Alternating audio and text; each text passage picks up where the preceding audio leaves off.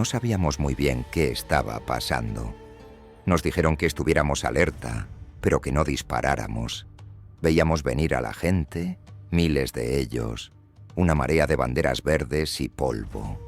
Al principio creímos que era un espejismo.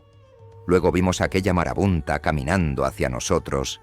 Llevábamos semanas oyendo rumores, que el rey de Marruecos, que los americanos, que Franco estaba muriéndose.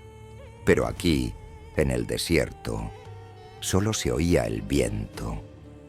Y el viento no decía nada.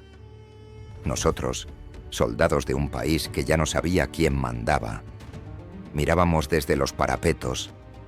Tenía la sensación de que vigilábamos algo que ya no existía, como si el territorio se hubiera desvanecido antes de que ellos llegaran.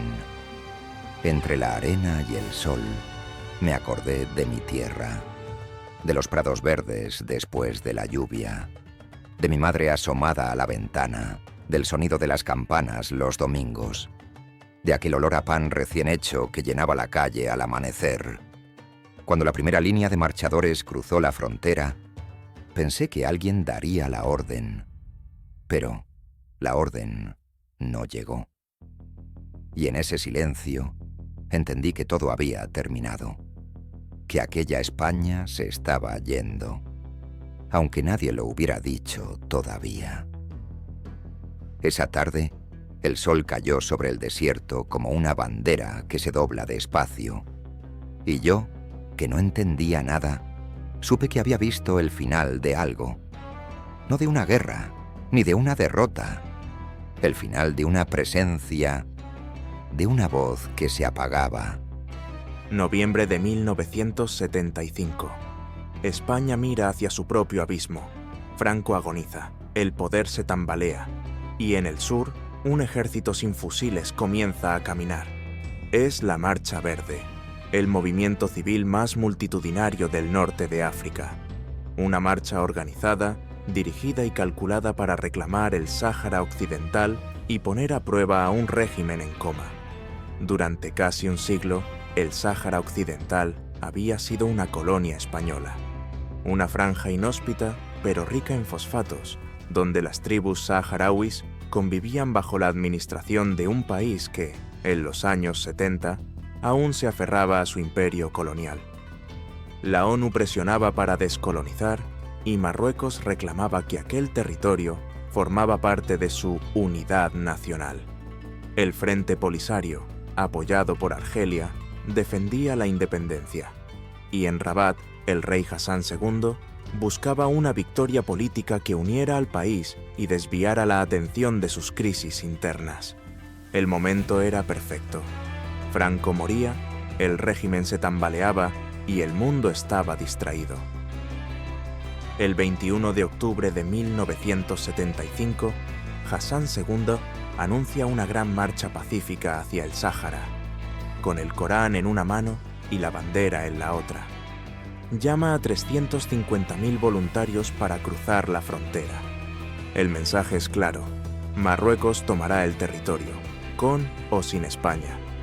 Durante los días siguientes, miles de personas se concentran en el sur, cerca de Tarfaya. El ejército marroquí organiza todo: tiendas, transporte, víveres. Una operación militar vestida de fervor popular. Mientras tanto, en España, el gobierno está dividido. Franco se encuentra al borde de la muerte y el príncipe Juan Carlos asume temporalmente la jefatura del Estado. El 31 de octubre, el Tribunal Internacional de Justicia publica su fallo. Rechaza la soberanía marroquí y reconoce el derecho del pueblo saharaui a la autodeterminación. Pero Hassan II interpreta el dictamen como un apoyo moral y acelera la marcha.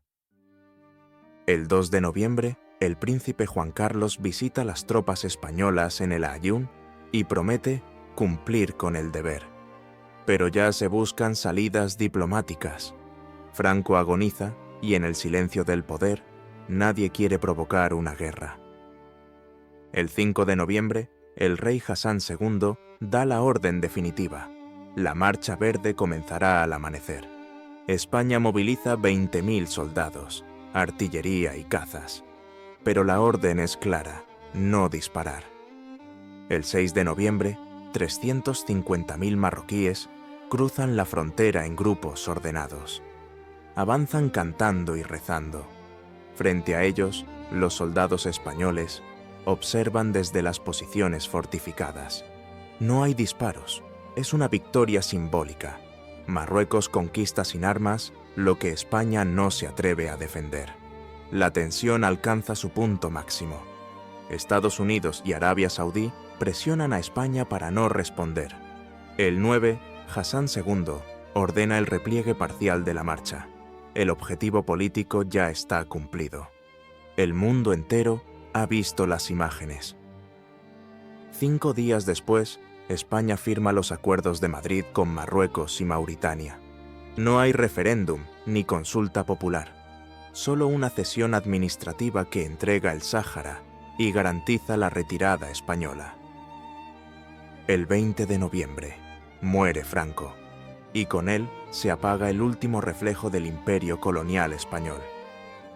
Para Marruecos, la Marcha Verde fue un milagro nacional. Hassan II la presentó como una yihad pacífica, una marcha bendecida por Dios. Durante días las radios transmitieron himnos, rezos y discursos. Las familias seguían el avance emocionadas, convencidas de que la fe guiaba sus pasos. Cuando España no respondió, la sensación fue de triunfo moral. El país entero se unió en torno al rey.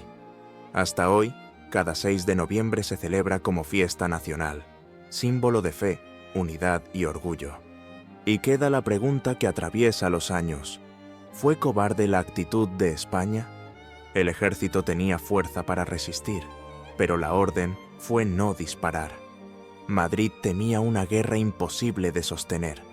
Con Franco agonizando, la prioridad era mantener la calma y salvar la transición. España eligió la prudencia o el cansancio.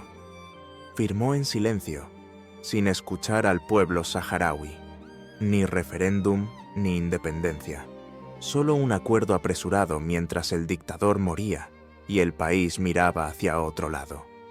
La historia juzgó esa retirada con ambigüedad. Unos la llaman sensata, otros la consideran una traición. Pero lo cierto es que, en aquel noviembre, España perdió algo más que un territorio. Perdió la voz con la que aún debía cerrar su propia historia colonial. Y queda el Sáhara, una tierra suspendida en el tiempo, donde la historia se detuvo en 1975. Décadas después, miles de saharauis siguen viviendo en tiendas bajo el sol argelino. Niños que nunca han visto el mar, aprendiendo el nombre de una patria que solo conocen por los relatos de sus abuelos. El referéndum prometido jamás llegó, y el conflicto, olvidado por el mundo, sigue enterrado bajo la arena. Para los marroquíes, la Marcha Verde fue una victoria. Para los saharauis, el comienzo del exilio. 2 memorias, 2 verdades, separadas por un muro de más de 2000 kilómetros. La Marcha Verde ya pertenece a la historia, pero el silencio del Sáhara pertenece al presente. Y mientras el viento sigue soplando entre las dunas, una pregunta persiste: ¿quién devolverá la voz a un pueblo que nunca la tuvo?